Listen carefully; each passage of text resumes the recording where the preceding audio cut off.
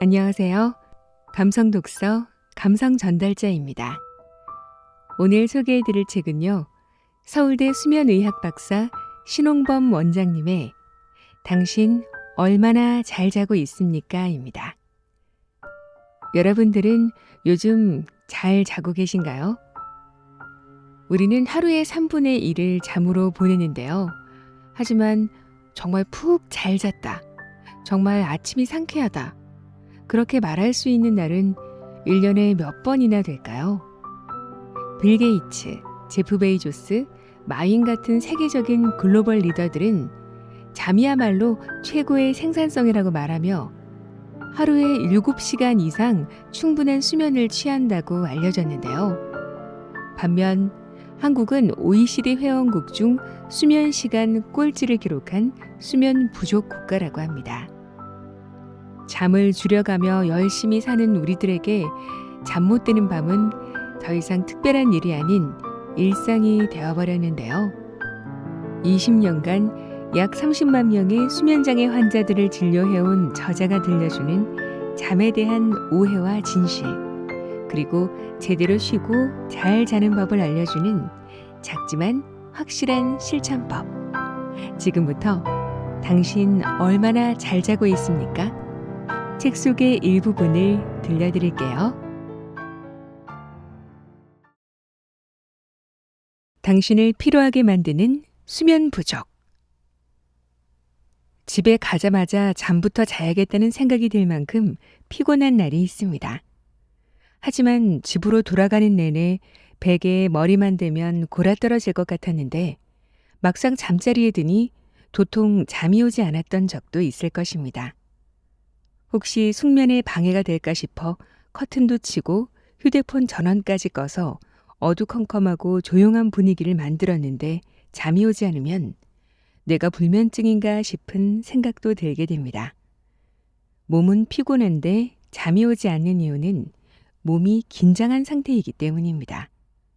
잠을 잘 자려면 신체적으로나 정신적으로나 이완된 상태여야 하는데 우리 몸은 스트레스를 받으면 경직되기 때문입니다. 그러면 아무리 피곤해도 잠들기가 쉽지 않습니다. 그럴 땐 신체적, 정신적 이완을 통해 스트레스를 풀어주는 것이 좋습니다. 아침 저녁으로 가벼운 스트레칭을 해 굳어있는 근육을 풀어보세요. 정신적으로는 잠들기 전 자연의 소리나 마음이 편해지는 음악을 들으며 심호흡을 반복하고 명상으로 잡다한 생각을 털어내 마음을 이완시키는 것이 좋습니다. 사실 대부분의 사람들에게 피로는 졸음입니다. 피곤하면 졸음이 쏟아지고 그래서 잠을 자면 피로가 풀리는 것입니다. 그런데 피곤한데도 잠이 오지 않은 상태가 지속되어 수면 부족이 누적되면 짜증, 집중력 저하, 의욕 저하 등이 나타납니다. 이때 대부분 만성적인 피로감이 동반되고요.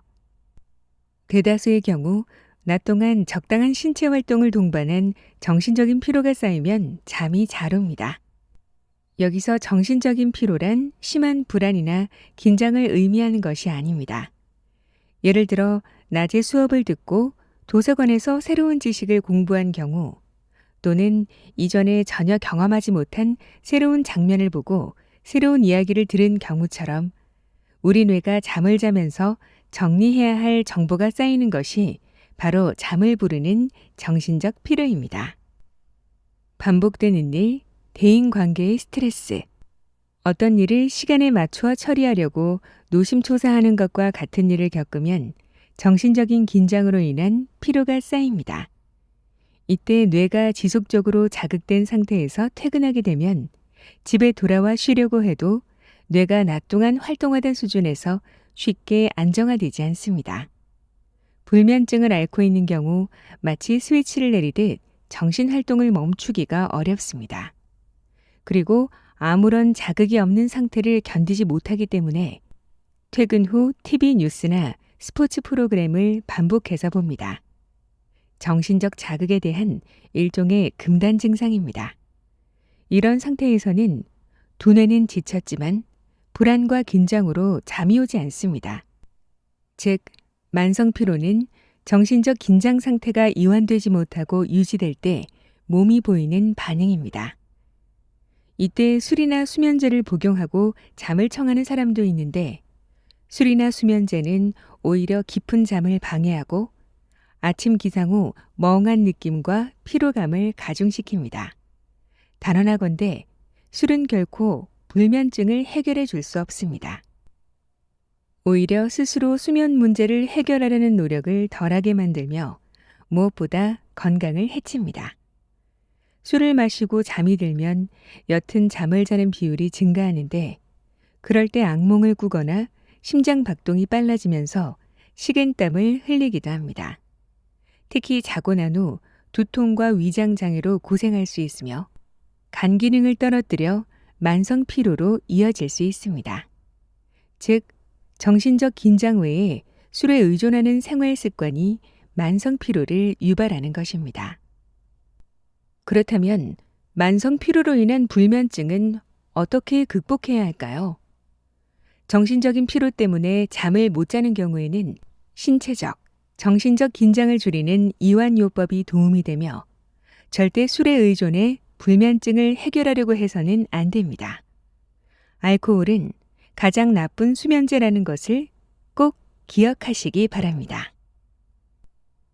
현대인의 적정 수면 시간. 바쁘게 살다 보면 무리를 해서라도 과로를 할 때가 있습니다. 중요한 시험을 앞두고 밤을 새워 공부하거나 직장에서 큰 프로젝트를 맡아 며칠 내내 야근하는 경우를 들 수 있죠. 평소보다 더 많은 시간을 들이고 공을 들여야 할 때 대부분의 사람들은 잠자는 시간부터 줄입니다. 수면 시간만큼 줄이기 쉬운 여유 시간도 없으니까요. 그런데 서슴없이 줄였던 그 수면 시간이 정말 여유 시간이었을까요? 흔히 잠 좀 덜 자고 하면 되지라는 말을 쉽게 하지만, 평소 수면 시간이 적정 수면 시간 이하였다면 그것은 여유 시간이 아닙니다. 적정 수면 시간은 깨어있는 동안 활동하기 위해 꼭 필요한 휴식 시간이기 때문입니다. 밤잠을 줄여가며 매달릴 만큼 중요한 일이라도 그 일을 잘 해내기 위해서는 적정 수면 시간을 꼭 지켜야 합니다. 그러지 않을 경우 수면 부족으로 인한 다양한 부작용을 경험할 수 있기 때문입니다. 그러면 원하던 것과는 반대의 결과가 나올 가능성이 높죠. 성과를 내기 위해 잠까지 줄였지만 수면 부족 때문에 일의 능률은 현저히 떨어질 수밖에 없으니까요. 그럼 우리는 최소한 몇 시간을 자야 할까요? 성인의 경우 7시간 내외가 적정 수면 시간입니다. 적어도 그 시간 정도는 자줘야 우리 몸이 제대로 일을 할 수가 있습니다. 더 잘하고 싶은 욕심에 잠을 줄이면 줄어든 시간만큼 집중력이 저하됩니다. 그러므로 잘 해내고 싶을수록 적정 수면 시간은 꼭 지켜야 합니다. 우리나라의 평균 수면 시간은 성인 적정 수면 시간인 7시간보다 짧은 6.3시간이라고 합니다. 2023년 9월, 영국의 주력 일간지 이코노미스트는 싱가포르 국립대와 핀란드 연구원들이 35개국을 대상으로 평균 수면 시간을 산출한 결과를 토대로 우리나라의 평균 수면 시간을 6.3시간이라고 보도했습니다. 적정 수면 시간이 7시간인데 평균 수면 시간이 이보다 짧다면 공부나 일을 하기 위해 줄인 수면 시간은 필수적으로 자야 하는 시간이었다는 뜻이 됩니다. 즉, 몸이 필요로 하는 휴식 시간을 줄여가며 몸을 혹사했다는 뜻이 되죠. 싱가포르, 핀란드 연구원들이 발표한 데이터에서 우리가 특히 주목할 만한 점은 실험 대상이었던 35개국 중 우리나라가 34위로 평균 수면 시간이 6.1시간인 일본을 제외하고는 수면 시간이 가장 적은 나라였다는 점입니다. 연구진들은 이와 같은 현상이 일어나는 이유를 노동 시간에서 찾았습니다. 유럽에 비해 현재 우리나라의 주간 노동 시간은 9시간에서 10시간가량 더 깁니다. 즉, 휴식을 취하는 시간은 짧고 그에 비해 일하는 시간은 훨씬 더 길다 보니 피로도가 누적되어 있는 것입니다. 이것은 우리 사회 전체가 만성 피로에 시달리고 있다는 것을 보여줍니다. 피로를 푸는 가장 효과적인 방법은 수면을 취하는 것인데 잠자는 시간은 짧고 일하는 시간은 훨씬 더 기니까요. 잠을 못 자면 어떻게 될까? 잠을 제대로 자지 못하면 머리가 굳으면서 학업이나 업무에 많은 지장을 초래합니다. 불면증을 비롯해 수면 질환에 시달리는 분들이 가장 힘들어하는 것이 공부나 직장 생활에 지장을 받는 것입니다. 피로가 풀리지 않아 하루 종일 졸린 상태에서 생활하다 보면 일의 능률이 떨어지고 의욕까지 잃게 되며 주변 사람들과의 관계도 악화되기 쉽습니다. 심각하면 기억력까지 감퇴되어 생활에 불편함을 느끼기도 합니다. 이 단계까지 가게 되면 혼자 힘으로 불면증을 극복하는 것은 거의 불가능합니다. 하지만 전문가의 진단과 치료를 받으면 금방 호전될 수 있습니다. 깊게 잠들지 못하는 나, 불면증일까? 만성 불면증만큼 심하지는 않더라도 자고 일어나서 머리가 맑지 않거나 마치 꿈을 꾼 것처럼 어렴풋이 한밤의 기억이 남아있을 때가 있습니다. 아주 현실적이고 유쾌한 내용도 아니라면 그건 역시 좋은 잠이라고 하기는 어렵습니다. 즉, 충분히 재충전되지 않은 잠도 나쁜 잠인 것입니다. 우리가 스트레스를 받을 때 몸과 마음, 뇌의 활성화 상태는 긴장과 각성을 유지합니다.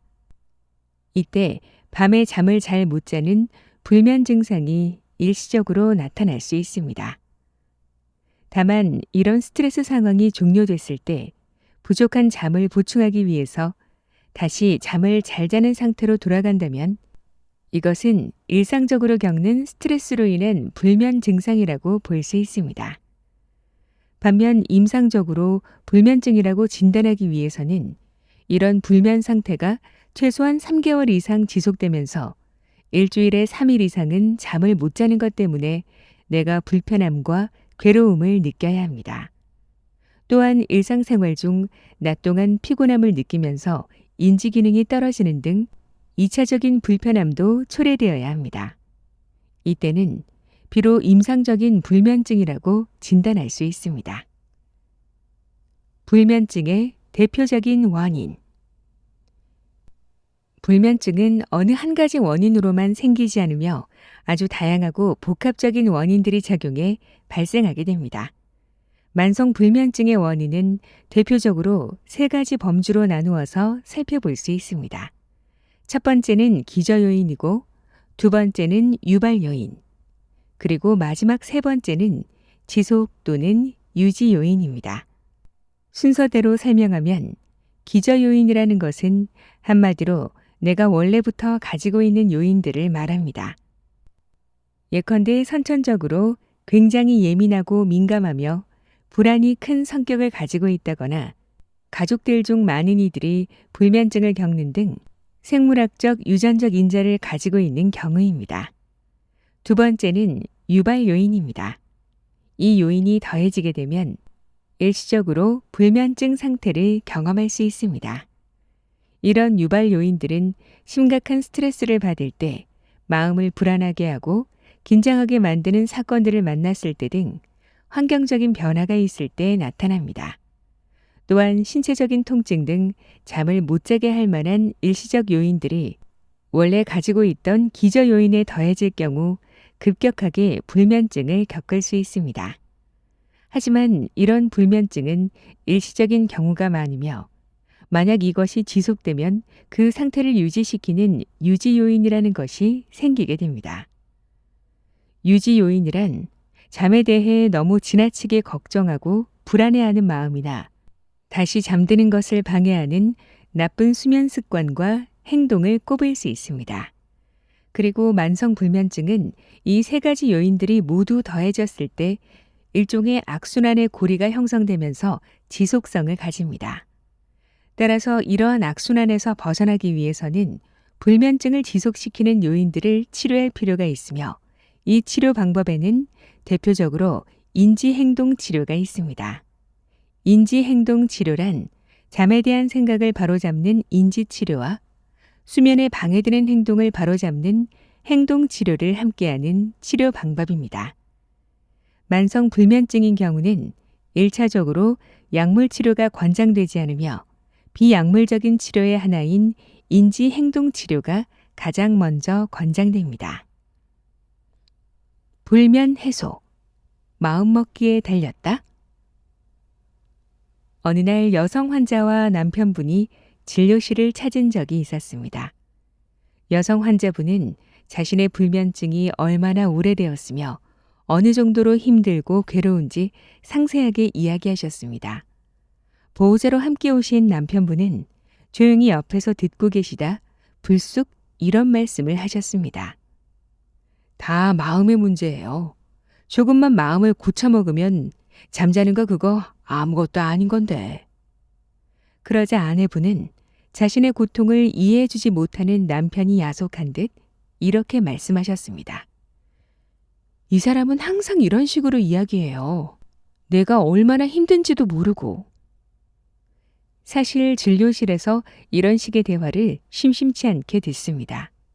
그런데 정말 불면증은 마음의 문제일까요? 결론부터 말하자면 일정 부분은 마음의 문제이기도 하고 일정 부분은 그렇지 않습니다. 불면증 환자들은 잠을 잘 자지 못하는 상태에 대해 심적으로 힘들어하는 면이 분명히 있습니다. 즉, 자신의 상태를 걱정하는 것입니다. 많은 사람들이 알고 있듯 잠을 잘 못 자면 생활에 여러 가지 어려움이 생깁니다. 깊게 잠을 못 자면 다음날 정해진 시간에 일어나기 힘들고 억지로 일어난다고 하더라도 낮 동안 졸음 또는 피로감을 느낄 수 있습니다. 그러다 보면 중요한 일을 할 때 실수를 할 수도 있습니다. 이 부분은 사람이라면 누구나 걱정할 수밖에 없을 것입니다.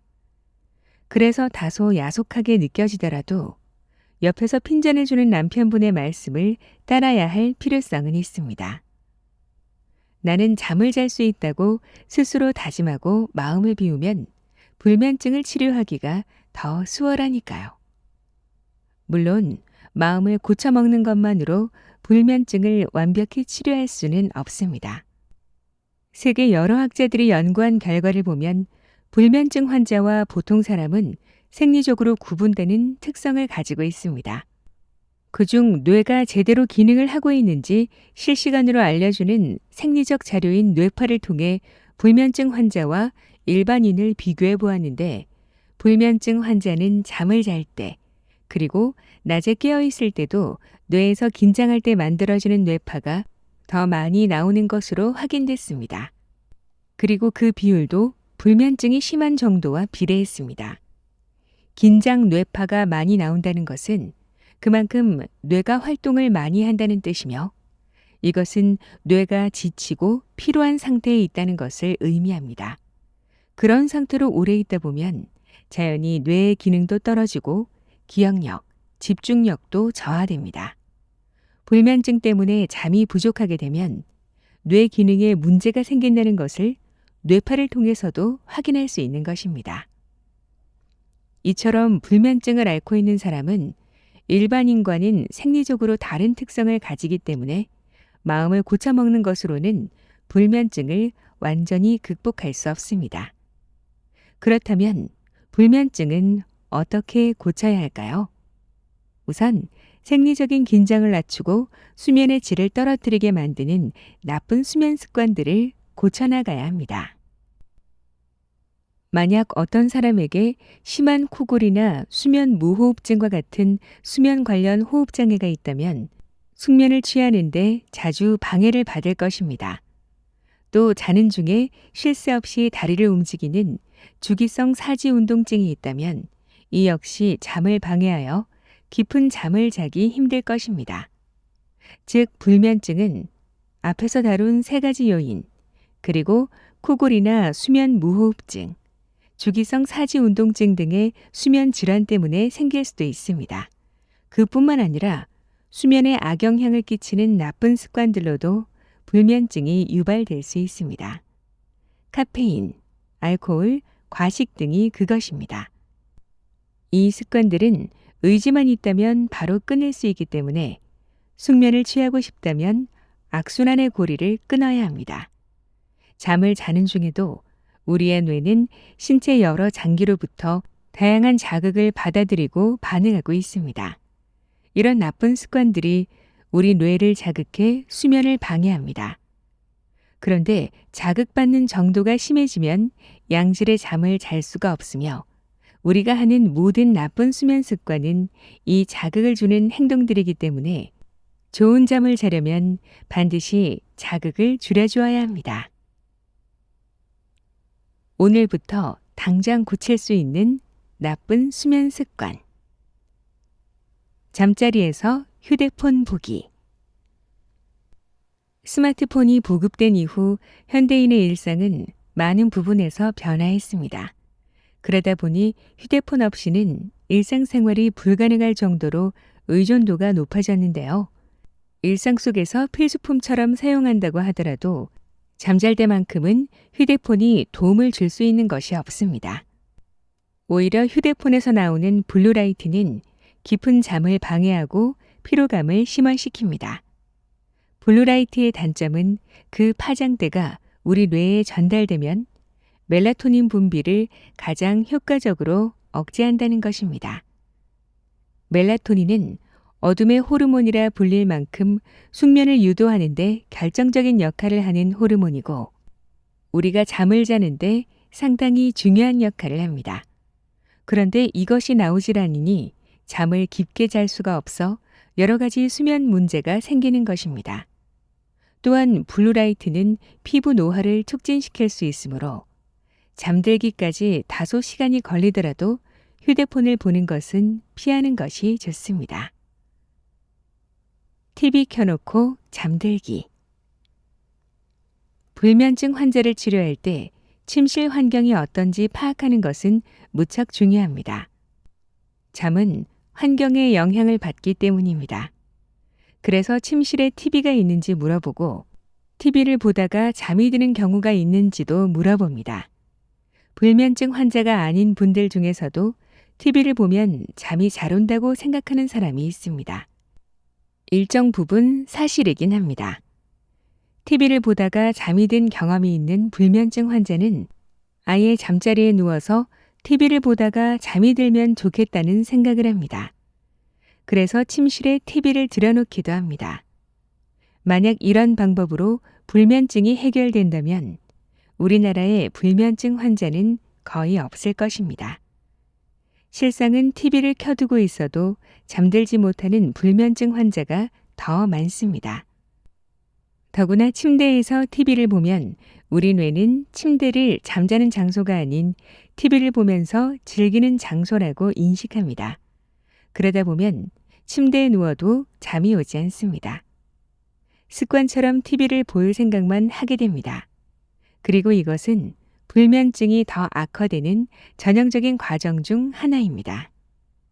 불면증 환자들이 TV를 볼 때 잠이 온다고 느끼는 것은 TV를 시청하는 동안은 잠에 대한 걱정을 하지 않기 때문입니다. 이런 분들은 잠이 오는 것 같아서 자리에 눕지만 베개에 머리를 대는 순간 잠이 싹 달아나고 그 순간부터 잠들지 못하는 것에 대해 본격적으로 걱정하기 시작합니다.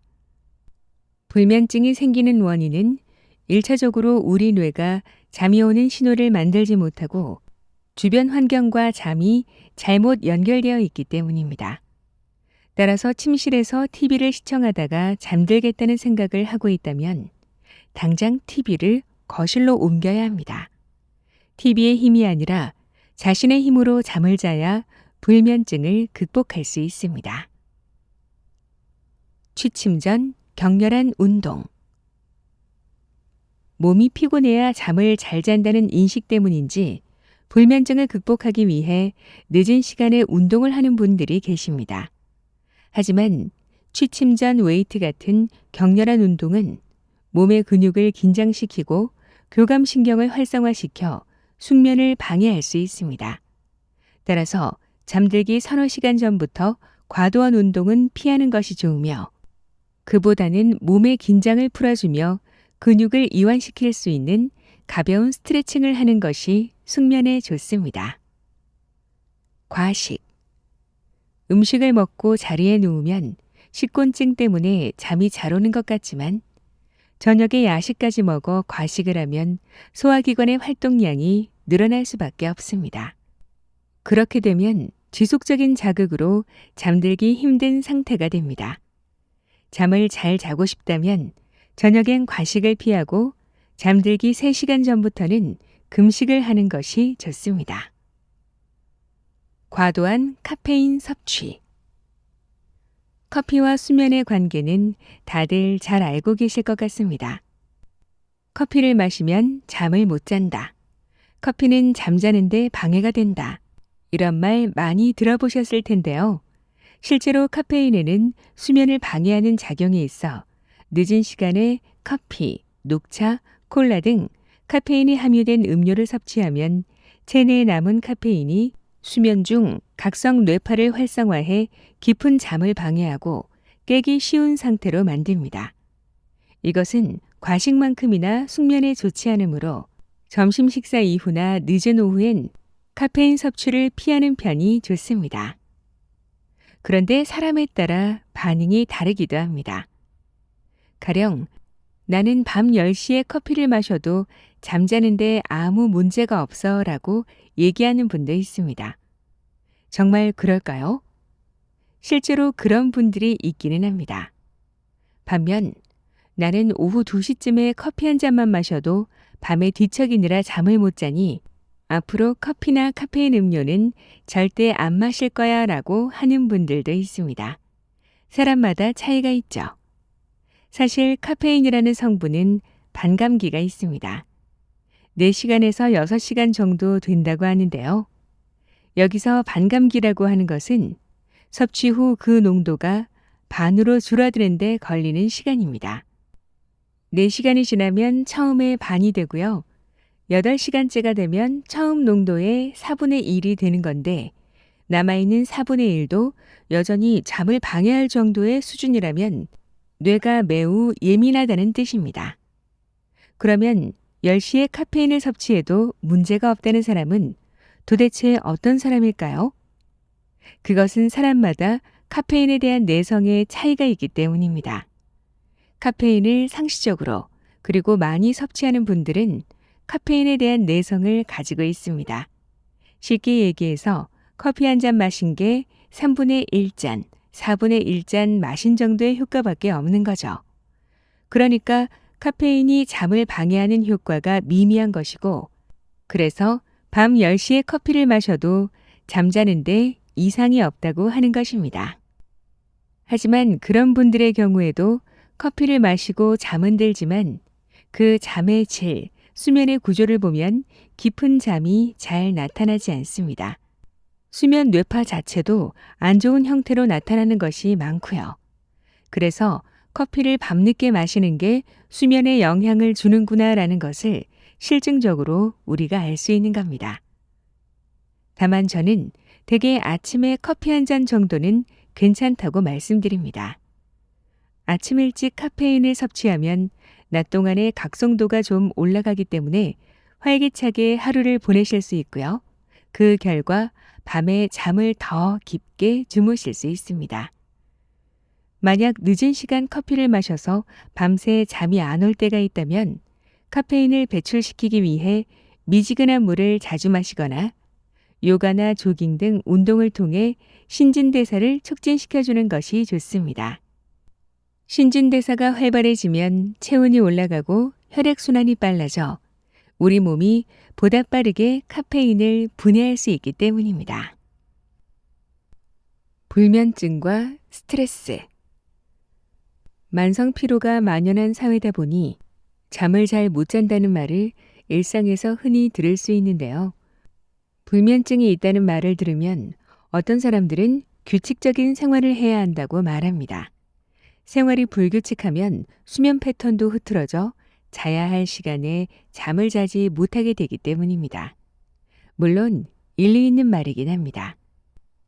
하지만 규칙적이고 건강한 생활 습관을 가졌다고 무조건 잠을 잘 잘 수 있을까요? 수면 클리닉에서 진료를 하다 보면 아주 이상적인 생활 습관을 가진 분들도 잠을 잘 이루지 못하는 것을 확인하게 됩니다. 예를 들어 의사들이 권하는 건강한 생활 방식을 잘 유지하는 분들이 계신데 가령 주 3회에서 4회씩 땀에 흠뻑 젖을 만큼 운동하기, 흡연은 하지 않고 음주는 한 달에 한두 번 맥주 한두 잔 정도 마시기, 꾸준히 산책하기 등 누가 봐도 나무랄 데 없는 생활 습관을 가진 분들도 불면 증상을 토로합니다. 심지어 숙면을 이루기 위해 방 안의 온도, 습도까지 신경을 쓰는데 말이죠. 이렇게 건강하고 규칙적인 생활 습관을 가지고 있는데도 잠을 잘 이루지 못한다면 스트레스 때문일 가능성이 높습니다. 스트레스로 인한 수면 부족이 대표적인 불면 증상이기도 하고요. 게다가 제때 잠들지 못하니 잠 자는 것 자체에 스트레스를 더 받게 되어 악순환이 생기기도 합니다. 불면증이 전적으로 마음의 문제인 것은 아니지만 정신적인 스트레스가 원인이 되는 경우가 많은 건 사실입니다. 가령 고민이 있거나 안 좋은 일이 있을 때는 잠을 자려고 해도 생각이 많아져 쉽게 잠들지 못하는 경우가 많은데 이런 패턴이 오랫동안 계속되면 고민거리나 스트레스가 없어져도 여전히 잠이 오지 않는 상태가 지속될 수 있습니다. 따라서 정신적인 스트레스 때문에 잠이 오지 않는다면 적극적으로 해결할 방법을 찾아야 합니다. 살다 보면 고민거리나 걱정거리가 있어 늦게 잠을 자는 경우가 종종 생기게 됩니다. 그 때문에 수면제를 드시는 분들도 있고요. 이건 역시 전형적인 불면증 증상이며 동시에 스트레스로 인한 수면 문제에 해당됩니다. 이때는 무엇보다 스트레스를 줄이려는 노력이 필요하며 저녁 시간에 신체적, 정신적인 자극을 줄이려는 노력도 필요합니다. 특히 앞서 말한 것처럼 밤늦게 운동을 하는 것은 오히려 잠이 오는 것을 방해할 수 있으니 밤 운동은 가급적 피하시는 게 좋습니다. 자려고 누웠을 때 잠이 오지 않는다면 스마트폰을 들여다보는 대신 누워서 주말 약속을 떠올리거나 버킷리스트를 계획하는 등 기분이 좋아지는 생각을 할 것을 추천합니다. 잠들지 못할 것 같은 불안감, 내일 마주해야 하는 일에 대한 걱정처럼 부정적인 감정에 사로잡히면 불면 증상은 더 심해집니다. 반면 긍정적인 생각은 긴장과 불안을 해소하므로 불면증 완화에 큰 도움이 됩니다. 불면증과 관련된 생각 교정하기. 불면증은 결국 생각의 문제입니다. 컵에 물이 반밖에 안 남았다고 생각하느냐, 혹은 반이나 남아있다고 생각하느냐의 차이라고 보면 됩니다. 잠을 잘 자기 위해서, 불면증에서 탈출하기 위해서 우리는 무엇보다 잠을 방해하는 행동들을 고쳐야 합니다. 그리고 또 고쳐야 할 것이 있는데 잘 자는 것을 방해하는 비합리적이고 잘못된 생각, 다시 말해 인지를 교정하는 것이 필요합니다. 불면증으로 고생하는 사람들을 살펴보면 꼼꼼하고 완벽을 추구하는 성격을 가지고 있는 분들이 많습니다. 또한 불안 수준이 높은 것이 특징입니다. 그런데 이런 특성은 불면증 환자가 가지고 있는 잘못된 생각들과 관련이 깊습니다. 나는 오늘 밤에 절대로 잠들지 못할 거야. 불면증 환자들은 은연중에 이런 생각을 하고 있습니다. 문제는 이런 생각에 확실한 근거가 없다는 것입니다. 그저 며칠 혹은 몇 년 동안이나 불면증으로 고생하고 있고 어제도 제대로 못 잤으니 오늘도 못 잘 거야 라는 식으로 생각합니다. 그런데 이런 생각을 하는 것이 정말로 잠을 오지 않게 만든다는 것에 유념해야 합니다. 아무 근거 없이 최악의 상황을 생각하는 것은 불면증 환자가 가지는 비합리적인 생각 특성 중 하나입니다. 잠을 아주 잘 자는 사람도 어떤 날은 아무 이유 없이 잠을 못 잘 수 있습니다. 역으로 심한 불면증 환자도 어느 날은 아주 잠을 잘 잘 수 있습니다. 처음부터 나는 잠을 절대 못 잘 거라고 생각하는 것은 잠자는데 아무런 도움이 되지 않습니다. 이런 방법이 정말 효과가 있을까 싶은 분들도 있겠지만, 나도 잘 잘 수 있다는 마음을 먹는 것은 불면증을 극복하는 데 큰 도움이 될 것입니다. 수면제를 복용하는 불면증 환자들은 잠이 오지 않을 때 약을 먹을지 말지 고민하다가 약을 먹지 않고는 잠들지 못할 거야 라는 생각에 결국 약을 먹고 잠을 잡니다. 그러면서 스스로 나는 약에 중독되었다고 생각하는데, 여기서 한 가지 짚고 넘어갈 것이 있습니다. 사실 중독이라는 표현보다 의존이라는 말이 더 맞습니다. 하지만 상당수의 불면증 환자들은 중독되었다고 표현합니다. 이렇게 중독되었다고 생각하는 환자들은 자신이 결코 수면제를 끊지 못할 것이고, 그래서 약을 먹어야만 잠을 잘 수 있을 거라고 생각합니다. 그리고 안타깝게도 그런 방식으로 스스로를 수면제 없이는 못 자는 사람으로 만들어버립니다. 아이러니한 건 실제로 수면제가 잠을 오게 하는 힘은 그렇게 크지 않다는 점입니다. 그저 약을 먹었다는 느낌만으로 안도감이 들고 그래서 잠이 오는 경우가 더 많습니다. 통상적으로 불면증 환자들은 걱정이 많습니다. 자려고 누웠는데 잠이 오지 않으면 일상생활에서 겪었던 다양한 일들 중에서 특히 나빴던 일을 생각합니다. 그러다가 점점 이렇게 잠을 못 자면 어떻게 될까라는 생각을 하기 시작합니다. 그러면서 불면증이 가지고 올 최악의 상황을 상상합니다. 이렇게 잠을 못 자면 내일 출근길에 쓰러질지도 몰라. 혹은 내일 상사 앞에서 발표하다가 실수를 해서 회사에서 해고당할지 몰라. 라는 생각까지도 합니다. 물론 그런 일이 실제로 일어날 수는 있습니다. 그러나 확률은 매우 낮습니다. 11시인데 잠이 오지 않네. 오늘도 수면제 없이 잠들긴 틀렸어. 특별히 의도하는 건 아닌데 매사에 부정적인 사람들이 있습니다. 가령 우리나라와 외국팀의 축구 경기를 볼 때 조금이라도 우리나라 선수들이 실수를 하거나 기회를 놓치면 저렇게 해서는 틀렸어. 지고 말 거야 라고 미리 초를 치는 사람들이 있습니다. 이런 사람들은 지금까지 경기를 지켜본 바 우리나라 선수들이 플레이를 잘 못하고 있다고 느꼈고, 그로 인해 긴장, 불안, 그리고 스트레스 지수가 높아진 상태입니다. 그러면 절대 다수의 사람들은 거의 반사적으로 부정적인 생각을 떠올립니다. 이런 사람들은 어쩌면 미리 나쁜 경우를 생각해 놓으면 좋은 경우를 생각했다가 실망하는 고통을 피할 수 있을 것이라 믿는지도 모릅니다. 그런데 잠에 대해서도 같은 생각을 하는 사람들이 많습니다. 사실 날마다 항상 같은 시각에 잠이 올 수는 없습니다. 잠이 오는 것은 여러 가지 요인의 영향을 받습니다. 그런데 조금이라도 잠이 오지 않을 것 같으면 부정적인 생각을 먼저 떠올리는 것입니다. 사실 이런 생각이 더 잠이 오지 않게 만듭니다. 걱정이 현실화되었기 때문입니다. 더 큰 문제는 이런 부정적인 생각을 미리 해버리고 나면 그 다음에 상황을 호전시키기 위해 할 수 있는 노력도 포기하게 된다는 것입니다. 이미 게임에서 졌다고 결론을 내리고 시작하는데 그 싸움에서 이길 수 있을까요? 그런 생각이 들면 바로 그 자리에서 생각을 멈춰야 합니다. 나는 자려고 누우면 밀려오는 생각을 멈출 수 없어요.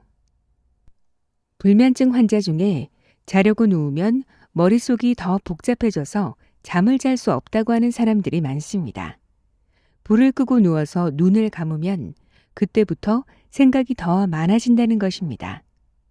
사실 그것은 외적인 자극이 없어지면서 우리 스스로 머릿속에 자극을 만들어내고 있는 건지도 모릅니다. 그럴 때는 긍정적인 생각을 하는 것이 좋습니다. 대개 자려고 누웠을 때 머릿속에 떠오르는 것은 좋지 않은 생각이나 기억입니다. 불안 수준이 높고 긴장을 잘하는 불면증 환자의 심리 특성상 당연한 것일지도 모릅니다. 하지만 그럴 때일수록 좋은 생각, 장면, 기억 등을 떠올리려고 노력할 필요가 있습니다. 사람의 행동을 결정하는 것은 결국 생각입니다. 수면의 질이 근본적으로 좋아지기 위해서는 생각이 바뀌어야 합니다. 불면증 환자들은 앞에서 열거한 생각들을 거의 자동적으로 합니다. 그런데 이런 생각들은 너무 극단적이며 근거가 없고 잠에는 전혀 도움이 되지 않습니다. 불면증에 시달리고 있다면 스스로에게 이런 사고방식이 없는지 되돌아보시기 바랍니다. 그리고 논리적으로 생각해서 잠에 하등 도움이 되지 않는 생각으로부터 벗어나도록 모든 노력을 다해야 할 것입니다. 스트레스 조절하는 법 배우기. 스트레스를 줄이거나 조절하면 수면의 질이 좋아집니다. 그런데 만성 불면증 환자 중에는 자신에게 스트레스가 전혀 없다고 이야기하는 분들도 있습니다. 다만 과거에는 큰 일이 있었고 그 일로 고민하며 괴로운 나날을 보내다가 불면증이 생겼지만 지금은 그 일도 잊었고 정신적 고통도 없는데 이상하게 잠을 못 잔다라고 이야기를 합니다. 이것은 환자 스스로 한 말이기 때문에 상당 부분 진실일 것입니다. 원인이 분명하고 강도가 센 스트레스를 겪고 있지 않은 불면증 환자도 분명 있습니다. 그런데 살아있는 사람 중에 스트레스를 겪지 않는 사람은 없습니다. 단, 지금 현재 그 사람에게 스트레스가 심각하게 와닿지 않고 있을 뿐입니다. 그리고 좋은 잠을 자기 위해서는 스트레스를 줄여주어야 합니다. 이에 스트레스에 대처하는 몇 가지 방법을 소개하려고 합니다. 운동은 가장 건전한 스트레스 조절법. 적당한 운동이 모든 면에서 좋다는 것은 누구나 다 알고 있습니다. 운동은 정신과 신체의 긴장을 줄여주며 잠들기 좋은 상태로 만들어줍니다. 또한 규칙적인 운동은 체력을 길러주고 체중을 줄여주는 효과가 있습니다. 이것은 고혈압, 심장병, 뇌졸중과 같은 심각한 질환을 예방해 줍니다. 그뿐만이 아닙니다. 체력이 좋아지면 피로감을 덜 느끼고 모든 면에서 적극적이게 됩니다. 정서적으로 안정이 되면서 대인관계도 좋아지고 그 결과 정신적인 스트레스도 줄어듭니다. 문제는 운동은 시작하기는 쉽지만 지속하기는 힘들다는 점입니다. 그래서 지속적으로 운동할 수 있는 틀을 만들어야 합니다. 평소 관심을 가졌던 운동이 있다면 정식으로 배우는 것도 좋습니다. 정식으로 운동을 배우면 운동이 코치 혹은 다른 사람과의 약속이 되므로 임의로 그만두기도 힘들어집니다. 그러면서 운동하는 것에 익숙해지면 흥미도 생기고 같이 즐기는 동호인도 생기면서 지속적으로 운동할 수 있는 동력을 얻을 수 있습니다. 즐거운 활동 찾아서 하기. 관심을 가지고 찾아보면 누구나 즐거움을 느끼는 활동이 있습니다. 긴장하지 않고 편안함을 느끼면서 하는 일을 찾으면 불면증 치료에 매우 효과적으로 활용할 수 있습니다. 그 활동을 하면서 사람들과 유대감을 쌓고 웃는 시간이 늘어난다면 스트레스는 자연히 줄어들 것입니다. 여러 연구를 통해 입증된 바에 따르면 자신이 좋아하는 취미 활동을 하면 스트레스 호르몬 수치가 줄어들고 혈압이 안정되며 면역 기능도 좋아집니다. 이것은 수면의 질을 높이는데 매우 중요한 전제 조건입니다. 잠 역시 생활의 일부입니다. 생활이 즐겁고 행복해야 좋은 잠을 잘 수 있습니다. 당신이 먹는 것이 바로 당신이다. 잠은 여러 가지 요인에 의해 결정됩니다. 먹고 마시는 것이 잠에 미치는 영향은 무척 큽니다. 극단적인 예로 밤늦게 진한 커피를 마시는 습관을 가지고 있으면서 불면증을 호소하는 사람이 있다면 어떤 말을 해줘야 할까요? 사실 많은 분들이 잠을 잘 오게 하는 음식에 관심을 갖습니다. 그래서 대추, 양파 혹은 양파즙, 상추 등 잠이 오는 성분을 함유한 음식을 일부러 찾아서 먹기도 합니다. 그러나 그런 음식에서 얻을 수 있는 수면 유도 효과는 미미합니다. 스스로 잠을 자기보다 무언가를 먹어서 잠을 잔다는 측면에서 보면 수면제를 먹는 것과 무엇이 다를까요? 그보다는 균형 잡히고 규칙적인 식생활을 통해 신체적, 정신적 건강을 도모하고 생활의 질 자체를 높이는 것이 더 중요합니다. 설탕이 많이 들어간 음료, 튀긴 음식, 가공된 식품은 칼로리가 높아서 비만을 유발하며 뇌를 지나치게 자극합니다. 만약 이런 음식을 먹는 것으로 스트레스를 푼다면 더욱 좋지 않습니다. 건강한 식생활의 첫 번째 조건은 규칙적인 식사를 하되 특히 아침 식사를 꼭 하는 것입니다. 아침 식사는 몸과 정신을 깨우는 역할을 합니다. 그리고 하루를 활기차게 보내는 데 필요한 영양분을 제공합니다. 반면 저녁 늦게 간식을 먹는 것은 자제해야 합니다. 정말 배가 너무 고파서 잠이 오지 않는다면 간단하게 시장기를 달랠 정도로는 먹어도 됩니다. 하지만 늦은 시간에 술과 함께 간식을 먹는다면 소화기관이 쉴 수 없을 뿐더러 뇌도 자극되어 쉽게 잠들기 힘들게 됩니다. 잠자는 시간은 우리에게 주어진 하루 24시간 중 일부에 해당합니다. 하지만 낮 시간이 긴장과 불안으로 가득 차 있다면 밤에 좋은 잠을 기대하기는 힘듭니다. 따라서 지금 나에게 스트레스를 주는 것은 무엇이고 문제를 해결하기 위해서는 어떤 노력을 해야 할지, 또 지금 내가 무심코 하던 일 중에 스트레스를 늘리고 있는 일은 무엇인지 면밀하게 살펴보시기 바랍니다. 그런 과정을 통해 생활의 질이 높아지면 수면의 질 역시 자연스럽게 향상될 것입니다. 저도 잠이 얼마나 소중한 것인지 깨달은 계기가 있었는데요. 코로나를 겪으면서 건강도 나빠지고 목 상태가 많이 안 좋을 때가 있었는데 그때 스트레스를 많이 받게 되면서 불면증까지 찾아와 고생했던 적이 있었습니다. 그때 제 소원이 제발 잠 좀 푹 잘 수 있으면 소원이 없겠다 였었는데요. 그 당시 저한테는 잠이 정말 간절했었거든요. 잠을 못 자게 되니까 전반적으로 건강에도 이상이 오기 시작하더라고요. 정말 스트레스가 불면증에 얼마나 큰 적인지 그때 저도 새삼 느꼈습니다.